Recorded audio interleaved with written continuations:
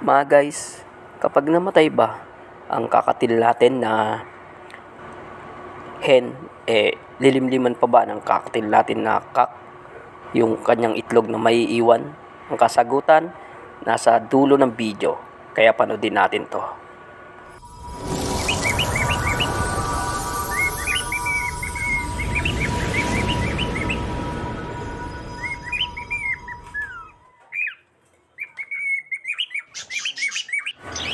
What's up mga guys? Magandang araw sa bawat isa. Maging baguhan o datihan, maraming salamat sa iyo at lagi ka lang sumuporta. At yung ating pong parapol guys magtutuloy-tuloy po yung guys. Suportahan nyo lang po.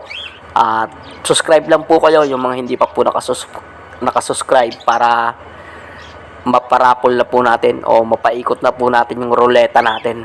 At iyan po yung ating ibon na kakatil. Tungkol po sa ating kakatil ang ating topic ngayon, na yung hen po kasi ng kakatil ko na yan namatay po,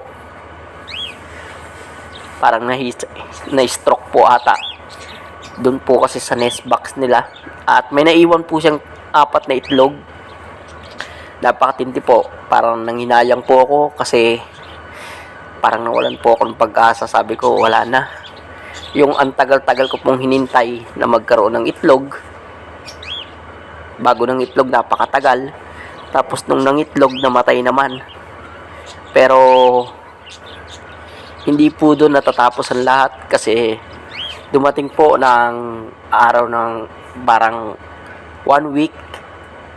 Binalikan ko po yan ng 1 week, at pagtingin ko po, yan pong 4 na itlog na yan nakikita nyo dyan sa video, yan pong 4 na itlog na yan, yung 3 po dyan nalimliman niya po, nalimliman po ng kak, at yan po may 3 inakay na po siya. Thanks God and thank you sa patuloy na mga suporta nyo mga guys. At papakita ko po lagi at i-update ko po kayo kung ano na po nangyari dyan sa mga inakay na napisa niya o naging sisiw na o naging ibon na ng ating kakatil. Hanggang sa muli, maraming salamat sa bawat isa. God bless po.